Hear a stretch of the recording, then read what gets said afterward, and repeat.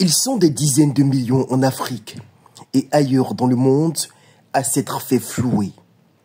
Comme ils en ont l'habitude, les propagandistes de l'AES, pas très intelligents, limités dans le génie créatif, ont encore eu recours à des images sorties de leur contexte pour faire croire à une opinion niaise qu'Ibrahim Traoré, sous-préfet en chef de Vladimir Poutine en Afrique, se serait fait escorter par des avions de chasse russes, lui-même étant à bord d'un aéronef spécialement affrété par le colon du Kremlin.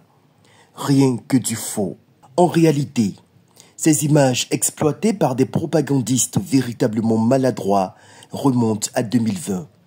Le dictateur colon russe Vladimir Poutine, en déplacement à Damas, se fait escorter par des chasseurs de l'aviation militaire russe. Analysez par vous-même l'ampleur de la bêtise. De piètres manipulateurs qui en plus sont fiers de ce qu'un imposteur révolutionnaire prétendument souverainiste se déplace à bord d'un avion affrété par une puissance étrangère.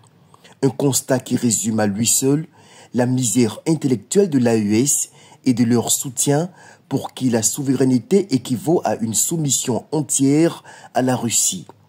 Un chef d'État ivoirien, béninois ou sénégalais se serait fait escorter par l'aviation française voyageant à bord d'un aéronef français que déjà les épileptiques mentaux se seraient déchaînés pour moquer un prétendu esclavage.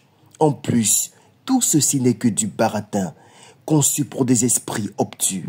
C'est malheureusement cela la triste réalité de l'AES. Une communication foncièrement mensongère qui fabrique un héros imaginaire, Ibrahim Traoré, qui aurait construit des centaines de kilomètres de routes, des usines, des missiles balistiques, des sous-marins, bref, de la foutaise.